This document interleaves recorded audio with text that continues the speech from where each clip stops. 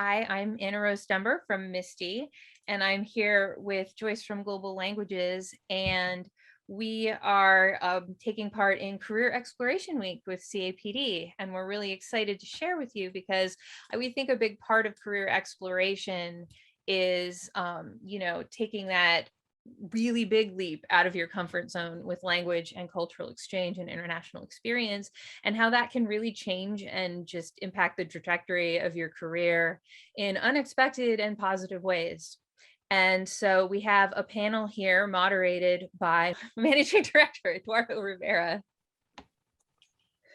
Thank you, Anna. And well, thank you, Joyce and Anna, for organizing this event. And I'm really happy to be here today with all of you, and especially discussing and talking about this topic that is so close to me. As you can hear my accent, I'm not a native speaker.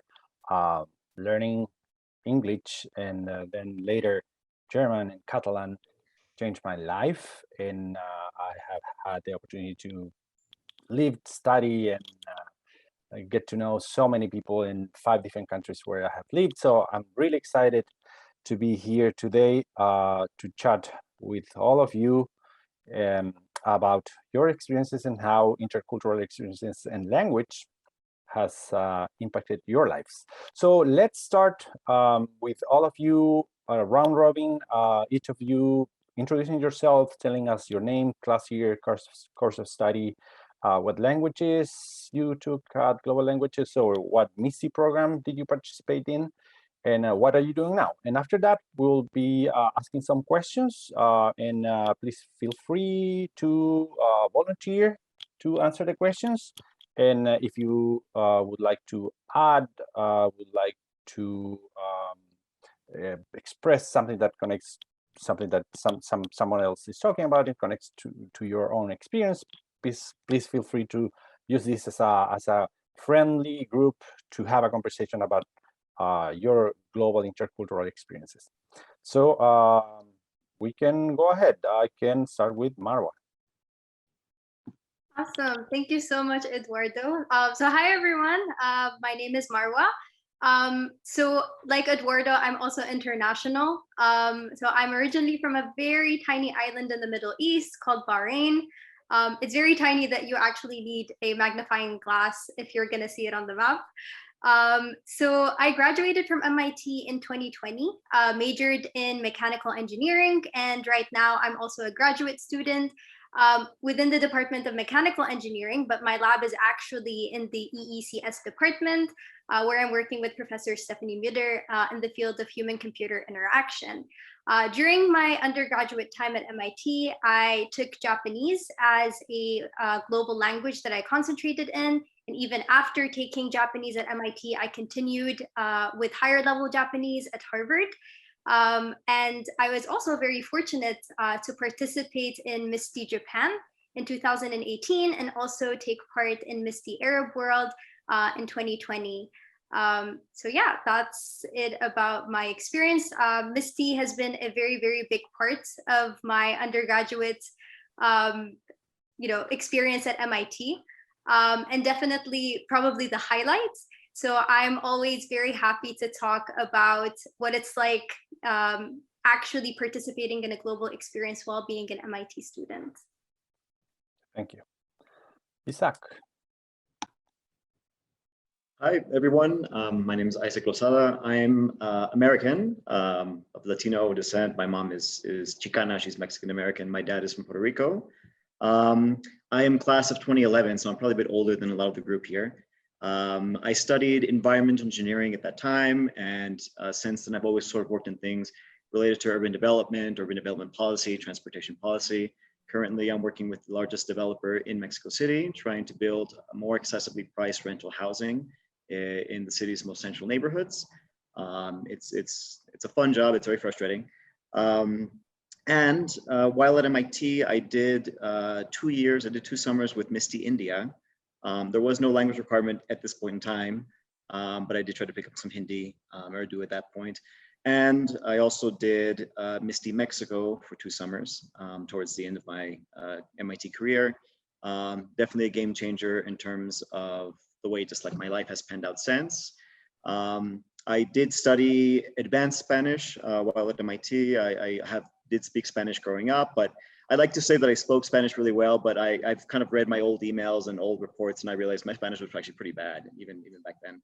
So I did do undergraduate Spanish at MIT, and I also did sort of Spanish for business at Harvard. I did 1.5 years of Arabic, also at Harvard, and the Hindi Urdu was also at Harvard. Thank you. Piper, please. Hey everyone, good afternoon and good evening and good morning to some of you. I'm Piper. Oh my goodness, I'm forgetting all the numbers already, but I'm a course 16 aerospace engineering. I graduated in 2018, and I also minored in Russian and Eurasian studies when I was there. Now I'm actually a fourth-year PhD student at the University of Michigan, still in aerospace engineering and slowly working towards a graduate certificate in Russian studies. Let's see, when I was at MIT, I was super fortunate to participate both in MISTI Kazakhstan as well as MISTI Russia. And those were, like the panelists who have spoken before me have said, just absolutely life-changing. And I'm very thankful I got to participate in both of those. And yeah, that's me in a nutshell. Thank you. William, please. Hi, everyone. So I'm William. I'm an MIT class of 2018 and 2019. I did my bachelor's in computer science and minor economics in 2018. Then I continued with my MEng in EECS, concentrating in artificial intelligence. And yeah, in these recent years, I've had a couple of work experiences, mostly concentrating within the renewable energy industries. So my master's thesis is on smart charging programs for electric vehicles. I worked at Tesla and then at a renewable energy company in Spain through MISTI Spain. And now more recently, I'm working as a software engineer at Apple in California. And during MIT, I really love the offerings that MIT had, whether through language or through international experiences. So I'm a huge advocate of MISTI and of language learning at MIT in general. And so I took a few language areas. So I took French in high school and I wanted to continue that into college. So I took a conversation class my freshman year. Then I was sort of done with that and I wanted to learn another language. So MIT was offering advanced Portuguese for Spanish speakers. And so I took that class, then spent a summer in Brazil through MISTI, then did actually another experience in MISTI Brazil, my senior IAP. And between my senior year and beginning of my MEng, I did a summer in Spain that I mentioned previously. And I think the last main language experience was I took Japanese 1 during my MEng IAP because I was always interested in that. And yeah, that's a little bit about me in a few words. Thank you. Joshua, please. Hello, everyone. It's early. I feel crazy. My name is Josh. I graduated MIT class of 2018, course 2 of basically a minor in Chinese. I started studying Chinese my second year up to graduation. My first experience in China was actually through Professor Claire Concisen. She took me to study Beijing opera for some winter, January 2017. And then after graduating from MIT, I did the Schwarzman Scholarship Program, which is a year-long master's degree in Beijing. And then after that, I got some job at some small company in Shenzhen, basically doing project management using Mandarin to manage factories and other engineers. And now I work for Apple, which is funny because there are 2 Apple people here. But I work for Apple managing the product development process for the front cam in iPhones. So, hello. Thank you. And finally, Liam. Is Liam? Sorry, still? Liam is not one of our panelists. Okay, I'm so sorry. Administrative officer. Yeah. Oh, I'm so sorry. I misunderstood when you introduced me. Okay, so thanks everyone. It is so exciting to hear that all of you really took advantage or like really used the opportunities that MIT offers, and you really drank from the cultural hosts, intercultural hosts of MIT. So let's start with the first question that we have for the conversation today. If anyone can tell us what role has foreign language and cross-cultural experience played in your career path? In other words, how has this opened doors or impacted your career trajectory or academic career trajectory? For some of you, it seems to be clear. Some of you are like in other countries, fully using the language. So anyone, go ahead. Can definitely go first and start. So as I mentioned, my background is mechanical engineering. But when I did MISTI Japan, actually, my internship wasn't related to mechanical engineering at all. I interned in a gaming company in Tokyo. And that kind of like required me before even like starting the internship to do like a lot of like self-studying and kind of like gaining some skills that would be like beneficial to the internship. And I guess like Japan kind of like has this culture where it's a lot about like learning while you're on the job. And I felt like just being there and given the opportunity to work in a field that's very different from mine, which is like mechanical engineering, and the very positive experience that I had actually made me realize very early on that I'm very interested in interdisciplinary fields where I'm actually using skills that are not necessarily just purely mechanical, but actually things where I'm combining, you know, design principles that I actually learned from my degree in mechanical engineering with computer science and electrical engineering. And when I was applying to graduate school, that experience basically is what made me decide to go into human-computer interaction as a research field, rather just go directly into something that is traditionally considered within the Department of Mechanical Engineering. And I think, like, as I said, like actually realizing that very early on through hands-on experience and given a project in Japan where I was given the sole responsibility to work on from scratch to working prototype, actually made me realize that, because I went through the whole process of brainstorming to like, you know, having others like check my product or like play test. So I was very fortunate with that experience. And yeah, it definitely changed a lot in terms of future decisions. Marwa, do you use Japanese in your daily life now, or is something that you are not practicing very often? Yeah, absolutely. That's a great question. So I do still use Japanese. I think through MISTI Japan still kind of organizes these programs where you have exchange, language exchange opportunities with students from other universities in Japan.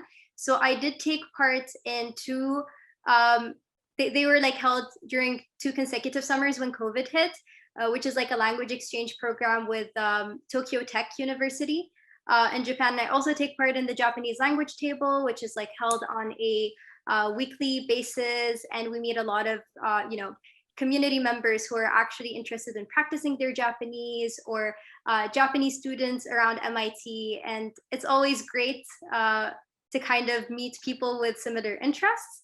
But I think also like on the side, I'm still continuing like with my Japanese studies. I still sometimes, I guess like one thing that I realize is in terms of like reaching like a very advanced like level with the language, if you start dreaming in that language, that actually like indicates that you've reached like a very like good level in it. So yeah, I guess I still do use Japanese in my daily activities, even if it's just like narrating stuff to myself or recording you know, audio entries. Yeah. Mm-hmm. Isaac?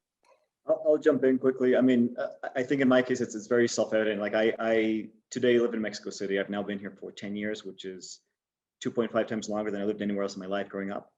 And that's obviously you know, made possible by the fact that I do speak Spanish fluently. And that was something that was accelerated by my time both at MIT and the MISTI internship program. No, I mean, after I interned originally with the Secretary of Environment for a summer and fall in 2010, and I just fell spectacularly in love with the city, with the work I was doing. I also met my partner at that point in time, and finished up school, and I just hopped right back to MIT, to Mexico City, via another internship that was also fostered by the MISTI program in the urban development sector. And so I've been here since, and made a life happen that wouldn't have been obviously possible without that language ability. And in your daily life, do you use English at all, or is mostly 99% of your daily life is in Spanish now? It varies. I'd say my previous job just a year ago, I was working with a US private equity firm doing real estate here. And I'd say a good 60% of my day-to-day was in English. There's a sort of an arbitrage opportunity being someone who speaks both languages well. You know, if you're working with American, Canadian, European investors, they just, for better or for worse, they just, you know, feel much more comfortable speaking to someone who has an American accent, and just, you know, it brings down a lot of barriers. And so I definitely was using English a lot. In my current job, it's a fully Mexican company. It's much more local, a bit less institutional. So I'd say my English is a bit less, but I do have a very active social network, which is very international, I guess. And so that, in that case, I do continue to use a lot of English day to day. That being said, my English does get worse every single year, I have noticed. Yeah. William? Yeah, so I think I would just summarize this, that learning languages or cross-cultural experiences have really widened my perspective of the world, really. So I'm from Puerto Rico, and so a place in Latin America, but even being from there, I didn't really realize. So when people think of Latin America, they usually just think, oh, Spanish speaking cultures. But no, like there's actually this huge side of that's known as Brazil, where it's Portuguese speaking, and it has a huge cultural influence, not only in the continent, but also like economically and throughout the world. You see Brazilians everywhere, for better, for worse, whatever you want. Yeah, it's really been learning Portuguese and having that experience in Brazil allowed me to form valuable connections with people that I still stay close to today. And so like also through like different experiences I've had professionally. So I worked at the UN once, and they didn't have someone on my team that spoke Portuguese or also French that was needed this like background in the project that we were working with. And that just allowed me to step in and be more comfortable and be a point of contact for people I was working with. And now in Zoom times or this pandemic, it's been very useful in allowing me to meet other people. So I started my current role at Apple remotely, and it's just been that much harder to get to know people on a more personal level. So knowing Portuguese and other languages has allowed me to set up coffee chats with people in the Brazil office, set up chats with people in Paris and all across the world that Apple really has a huge presence in. Yeah, I think it's been really instrumental in, for me, really recently, just getting to know other people in these more these times in which contact with other people is harder to make. Thank you. Josh, I assume that for you, you use like Chinese all day, every day. Maybe adding to that first question, like the importance, maybe you can tell us at the end, how did you end up, what sparked your interest for Chinese in the language that you end up studying and developing so well? Okay, I'll answer backwards then. Interest sparked then to career. What sparked my interest in Chinese was extremely practical, actually. I just looked at like the world population, and I'm like, okay, if the list of languages I should learn, it's Chinese and then Arabic and then Spanish, because then I can probably talk to anyone. So the Chinese came first, and the economic development, and just kind of looking at what society was doing at my time in MIT. I'm like, okay, that's important. But I think along the way, I found that the process of learning new languages, it was kind of a lens for me learning about myself, reflecting on, my cultural habits that are different from the cultural habits I'm learning through speaking this language. So it became a really kind of immersive and interesting process, I guess, where, yeah, I just found this experience of being outside the US, getting a variety of new opinions, new exposures. It's been great for understanding, contextualizing my American experience and kind of where we are in the world. With regards to career, basically, I've already spent 3 years in China. I'll probably be here for like a while longer, like maybe 3 to 4 more years, definitely in Apple. And then I'll be thinking about either joining a multinational that is leveraging kind of the Chinese development, Chinese manufacturing industry to do their products, or maybe doing my own type of cross-border company that like also leverages that. I would also say I'm thinking a lot about kind of developing countries and how I think they'll probably be looking more towards China as development model and less towards America, which would mean that like countries like that are based in Latin America, based in Africa, will also have an interest in people with my expertise. So that's the long rosy picture. We'll see how it plays out. Thank you. Piper, can you tell us how did you, both questions, like how did you end up really interested in Russian culture, Eurasian culture, and how that had an impact in your academic career? Sure. I'll follow Joshua's model and answer backwards here. I think I first sort of stumbled upon Russian almost by accident, I suppose. In high school, I actually had a chance to go to Moscow, Korolev specifically, the cradle of the space race, in high school for the International Space Olympics, which was a delightfully nerdy competition in which I took like a bunch of science and math tests with students from all over the world. And it was absolutely foundational in, developing myself as a person and figuring out who I was. And so, that was my first real experience abroad, other than, Canada and Niagara Falls, my first real time experiencing a culture that was pretty different than our own American culture, my own American culture. And I latched onto it. I was like, wow, this is amazing. And the more I started learning about it, the more I really just fell in love with the language and the culture. And here I am today. And it turns out being in aerospace as well, it works out really nicely studying Russian. Chinese is also a very big language in aerospace, but Russian is as well, spoken a lot on the International Space Station, and Roscosmos is a really big player in the space industry. And so I'm crossing my fingers that I'll be able to use it in my own career one day, hopefully as an astronaut, maybe back here on Earth, hopefully both, ideally.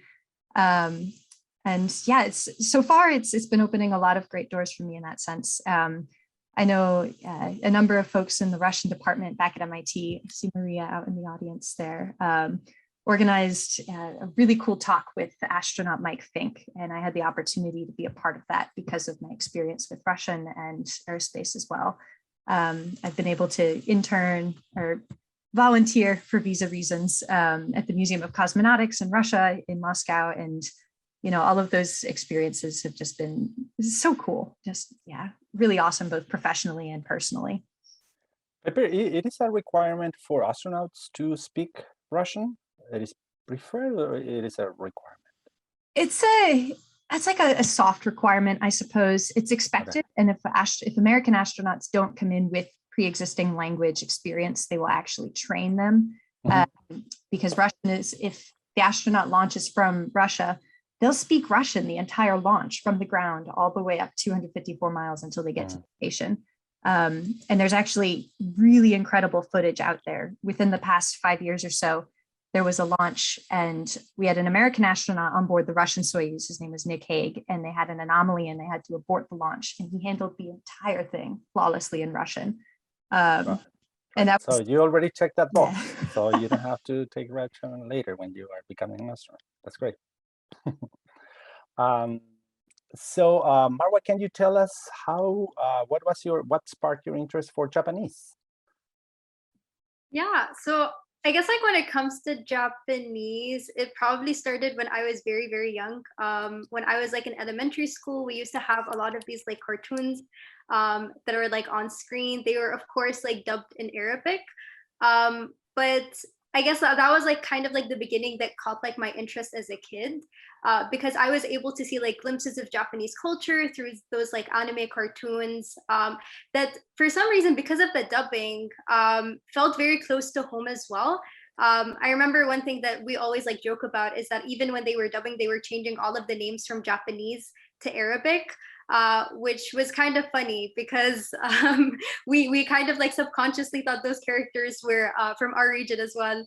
But I guess like that was kind of like the start, and because the continuation of those cartoons weren't there, and I think like with the internet, I was kind of like curious to see what the continuation was, and that was like my gateway to Japanese, because I started kind of watching in the beginning the continuation like in Japanese, and through that I picked up some random words, and to me Japanese kind of felt like, because no one else at home could speak it, something like very personal to me. I kind of developed a personal connection where you know, not only am I learning all of these words, but also at the same time, you know, I'm learning parts of the culture. And I think the more that I started learning Japanese, the more that I kind of come to realize how beautiful the language is, even though we're using the same, you know, even though we're using, different sentences to kind of like give the same meaning. But if you actually like look deep into it, there's a lot of nuances in terms of like what is like more respectful, or like when, in which situation are we going to use this, or this has more of a positive connotation, this has more of a negative connotation. And it kind of like diverted then from a love for, you know, cartoons as a kid to love for the language itself and for the culture itself. And I guess that's kind of like what made me continue wanting to learn more of the language and wanting to get better at it. And I think definitely being in Japan as well and talking like to different people like in Japanese has made like communication much more easier, has made that has enabled me to also like represent either MIT, you know, or you know, my country, and you know, hopefully try to bridge the gap, or like act as a gap between three different regions, which are, you know, Japan and the Middle East and also the US through MIT. Yeah, I think Josh mentioned before how languages open the doors to basically cultures, and from the cultures you learn about histories and traditions and customs of different people around the world. And we, bilinguals, trilinguals, or people that had the opportunity to live in different cultures, become these cultural mediators. Somehow we end up translating not only languages, but traditions and cultures, which is one of the great things about language. Isaac, can you tell us a little bit, like, I guess in your case seems to be intuitive, why the interest for Spanish, but tell us, how did you end up taking? So I mean, yeah, Spanish was a default. You know, I think this, as a sort of recent immigrant to the US, I think a lot, well, like my parents being that, there's a lot of pressure and shaming if you don't speak that language, you know, of your parents, and especially when half your family doesn't speak English.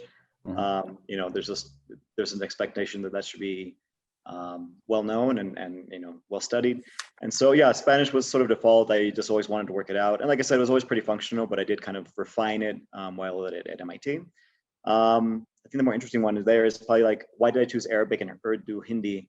Arabic was similar to Joshua. I kind of just, you know, you just look at the demographics globally and it was like, well, what languages are most spoken? And yeah, I mean, Arabic was like number 2 and number 3. Obviously with an abundance of very different dialects, which are sort of not very intelligible to each other. But I chose that. Sort of a friend just kind of dragged me into it over at Harvard, and I fell in love with it. It's not the easiest language to learn as an English speaker.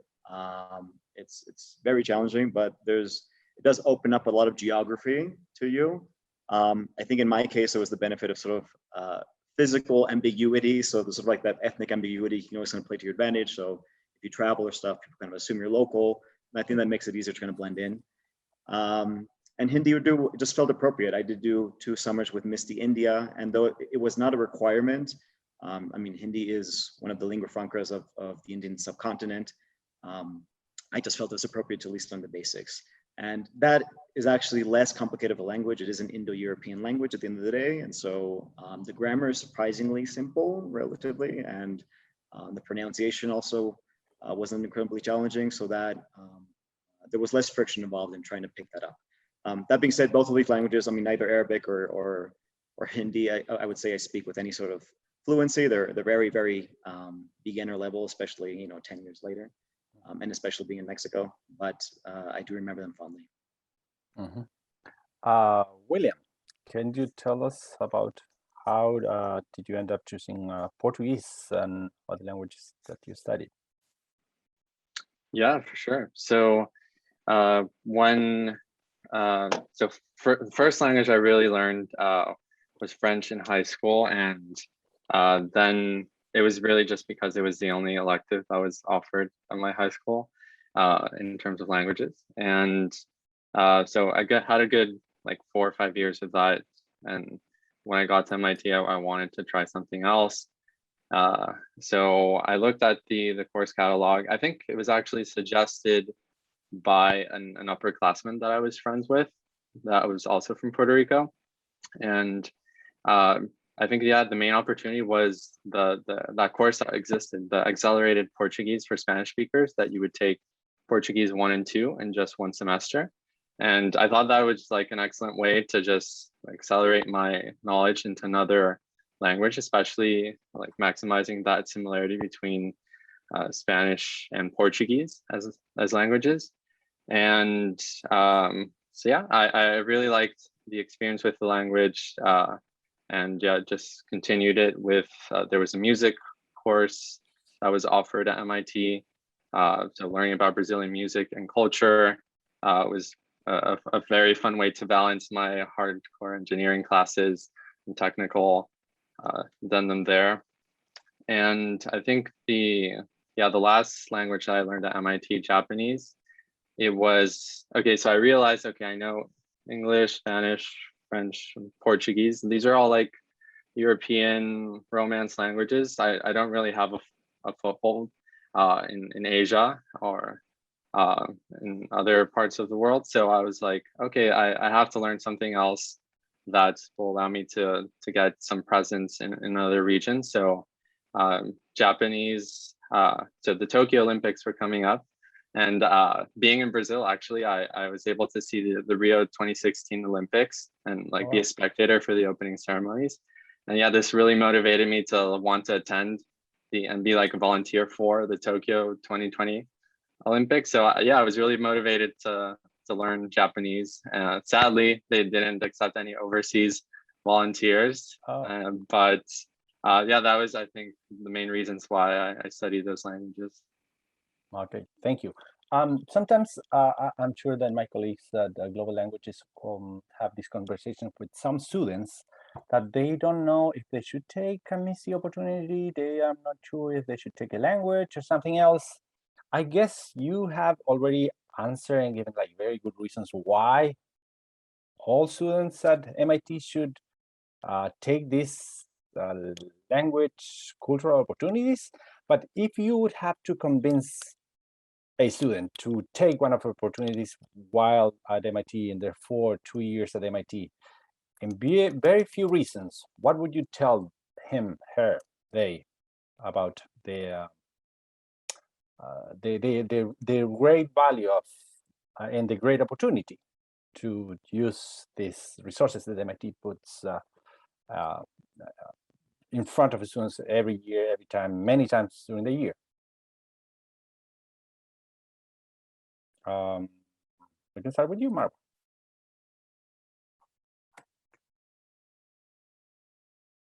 I think Piper, would you like to go first? Yes, go ahead. I'm sorry, I didn't see you. Oh, I'm still muted. You can go ahead if you want to, Marwa. You're good. Okay. So I guess, oh man, I did 2 MISTIs, my junior and senior IAPs. And honestly, I don't like framing it as a negative, but one of my biggest regrets is that I didn't do MISTI all 4 IAPs because it was just absolutely fantastic. I got so much out of it. And it was just a blast. I did MISTIs where I was volunteering, teaching workshops at local middle and high schools. And it was so rewarding to work with like the younger kids. And I got to teach them about stuff I loved, like space and airplanes and rockets. And then I got to practice the language and, you know, laugh at myself as they laughed with me when I made really silly grammar mistakes and things like that. I got to see the world and travel across these other countries. And I guess the thing it always reminds me of is in aerospace, maybe some of you have heard of this before, but astronauts often talk about the overview effect, where when you're up in orbit over the Earth, you can't see borders. You just see one peaceful, beautiful, you know, our little blue dot, our planet Earth. And I think like traveling abroad, learning another language, taking part in these international experiences is a really good way to catch a glimpse of that overview effect from here on Earth. Thank you. Yeah, thank you so much, Piper. I guess I resonate a lot with the point that you mentioned about like, you know, practicing the language and also at the same time doing something that's very meaningful, whether it's giving back to the community or, you know, probably like learning a new skill or like developing like career-wise. And I think MISTI actually, you know, joins these two things because first of all, you're put in an environment where you're actually kind of forced to practice the language that you really, really like on a daily basis. And I think that was true for me also in Japan because I was working in a Japanese company where everyone was comfortable speaking Japanese, but not everyone necessarily was comfortable like using English. So even when it came to like, you know, communicating technical details, I gained that experience because I was put in that situation. Whereas if I had, you know, interned in an American company, sure, I would have developed my skills from a career perspective, but not necessarily, you know, getting like the best of both worlds for, you know, my language skills and also my career skills. And I think another point is I know that I, as an international student, you know, there's sometimes like a lot of things that we assume about other cultures. And I think even when I come here to MIT, I know others, including my friends, assume things about my culture. And I think, you know, going to a country, right, and experiencing being around the people, being around people from that country can help change your perspective and make you more empathetic, make you more aware of what the reality could be. And I think, you know, MISTI gives us the opportunity to actually do that as well. Thank you. I'd add one thing to that. I said, like, I think it's a little dependent on, of course, what you actually study and what sort of your career expectations are. But there are definitely fields of study and work that are just doing much or have a lot more promise in certain markets. And so, you know, in my case, environmental engineering, sort of urban planning. You know, it's not to say that U.S. cities are the best planned cities in the world, but there's probably a lot more need for you know, better urban development in sort of much more rapidly growing, much more chaotic cities and sort of emerging markets across the planet. You know? And so without these language skills, I mean, you kind of just cut yourself off from that opportunity. You know? And having made the jump here, definitely I think I have give myself an edge in terms of a lot more exposure and a lot more growth. Like I've been able to ride the wave of growth that I don't think would have occurred in, for example, US market, where you just kind of don't see this sort of momentum behind any sort of urban development in any US market, for example. And I think this, you know, specifically in urban planning, you know, you could go anywhere in Latin America and Asian cities. You know, China is a spectacular example. They're just completely redoing their entire country in so many different ways right now. South Asia, of course. And so there may be, depending on the field of study, you know, so that those opportunities that without the language and of course without MISTI, you know, we wouldn't be able to make that connection with. Thank you. Josh? To piggyback off of Marwa's points about, I guess, being in the MIT circle and feeling like people are still making presumptions about you, I would say that learning language is one of the ways, I think, which we can meaningfully immerse ourselves in something outside of what we grew up knowing. Which is to say, learning Chinese just gave me a perspective about, yeah, again, it's like developing the second part of yourself. In the language, you have your own personality. And I know one of my frustrations at MIT was also that I felt like, we're supposed to be surrounded by the smartest people in the world. We're supposed to have all this capacity for understanding and empathy and impact, but we fundamentally don't understand each other, right? In certain cases. So I feel like learning language is one of those things that breaks down the borders. I know, at least for me, like, you don't see many people who look like this in China, but just being able to communicate effectively, whether it's with my job or with meeting a person at a social event, like really changes the experience. So it goes from you kind of being like the American floating around society to you being able to say like, oh, okay, you have this nuanced opinion about this particular thing, or, oh, okay, this is what you like to do in your free time. So yeah, I think it's had a big impact on my ability to relate to other people. And I would also say that the immigrant experience is something I can't quite understand as a Black American, but now I do as a Black American in China. Thank you.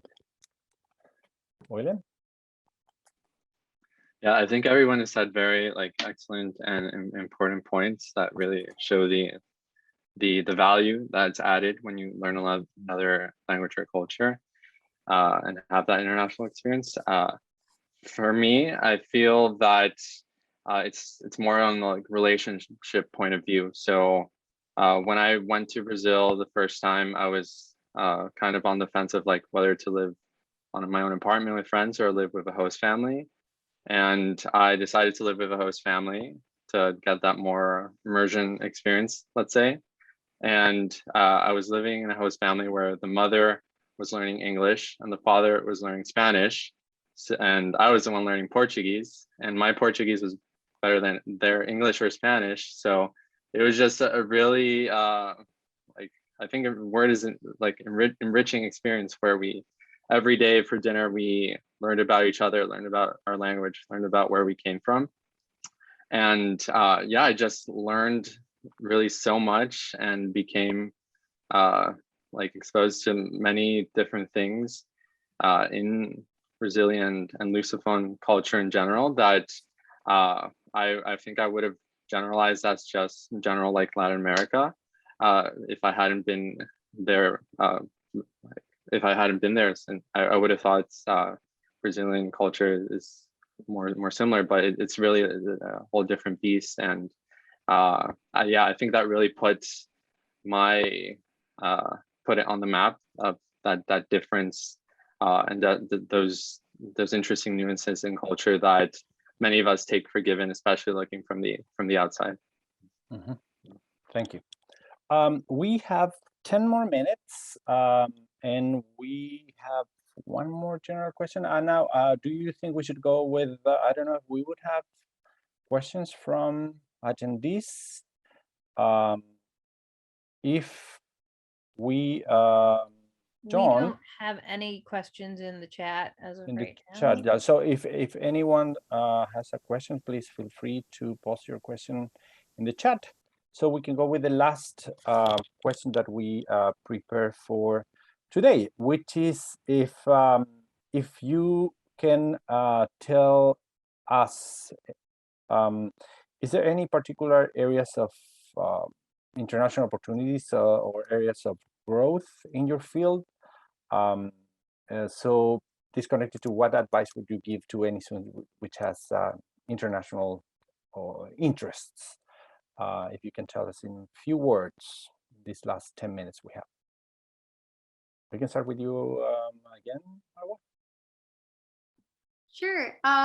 So I guess in terms of human-computer interaction, or HCI, I think just generally in research, there's a lot of room for international communication or international cooperation, starting with conferences, for example.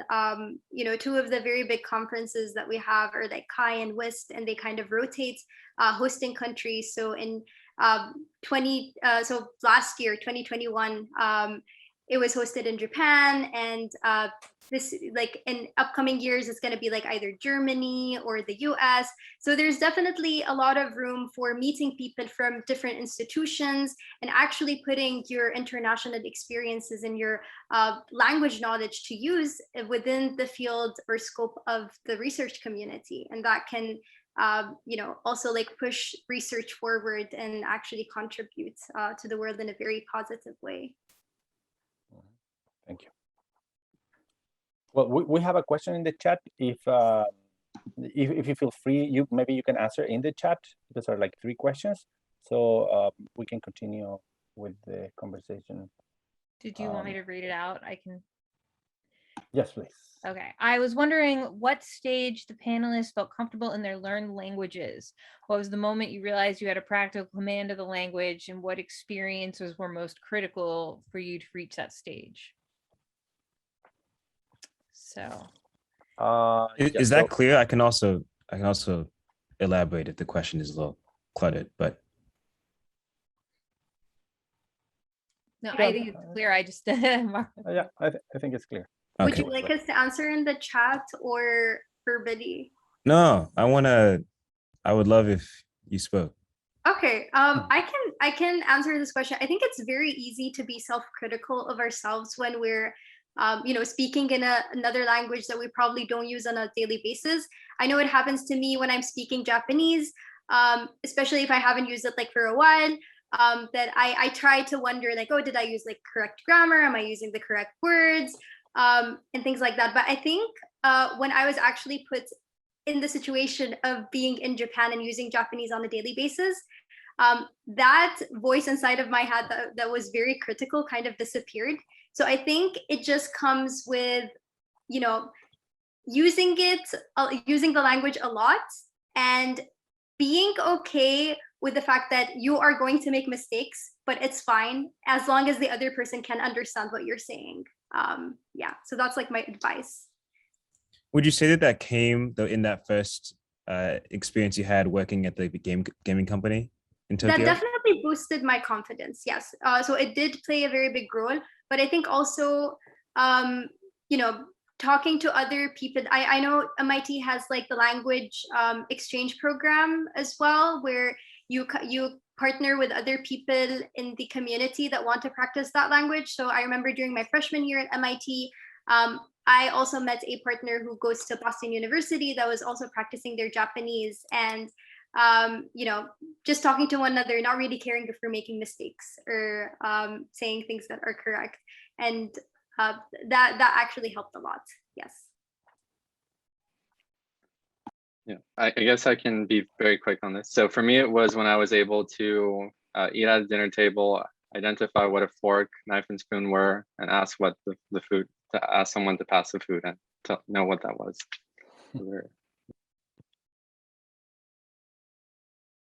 Josh, you were going to add something?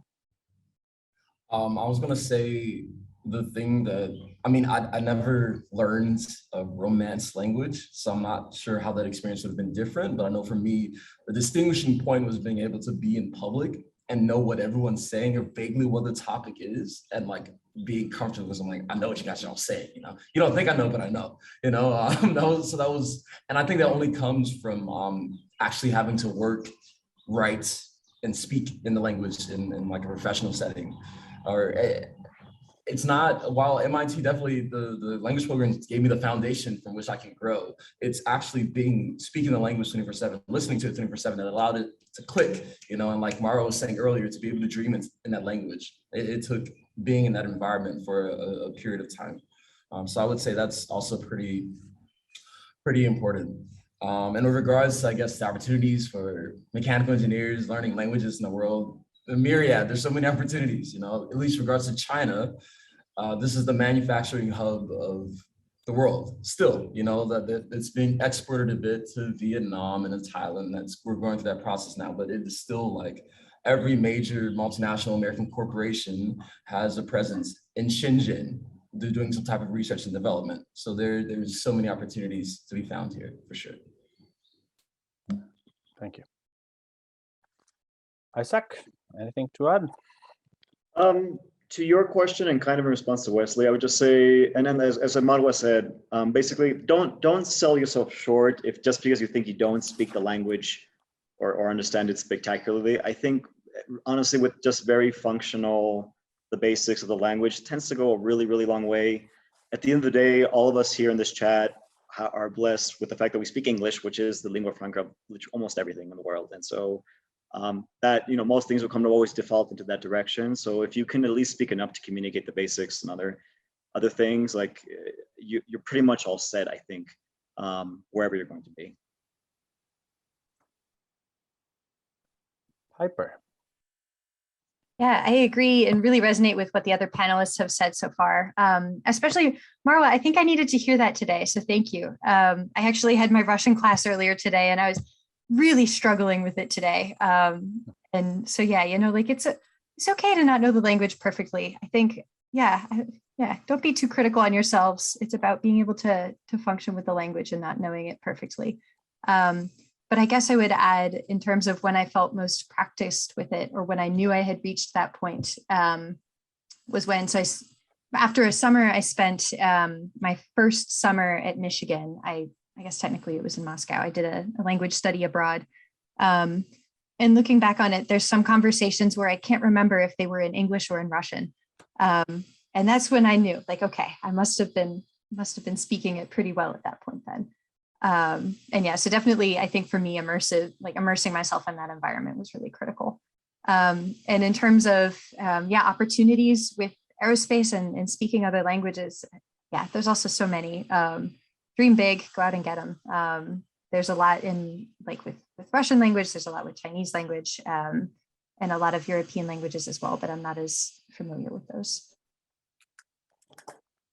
Well, we are almost in the hour, so thank you so much. One of the great things about this opportunity to connect with people from around the world is that we are reminded how important languages and intercultural experiences are, but also how lucky we all are to be to share this opportunity to understand and speak in different worlds. I think Joshua, you mentioned that, yes, we are basically different worlds, and we are different people at different times with our languages. So thank you so much. We have a being here survey today. in the chat. If anyone, just to remind everyone to fill out the survey. Thank you so much for attending. And thank you, Eduardo, who is Managing Director for the MIT Chile program and other South American countries. And thank you to the panelists. Thank you, everyone, and hope to see you again. Thanks, y'all. Thank you. Bye. Thank you so much. Ciao. Bye-bye. Ciao. Thank you, everyone. It was amazing. Thank you. Bye-bye. Thank you. Bye.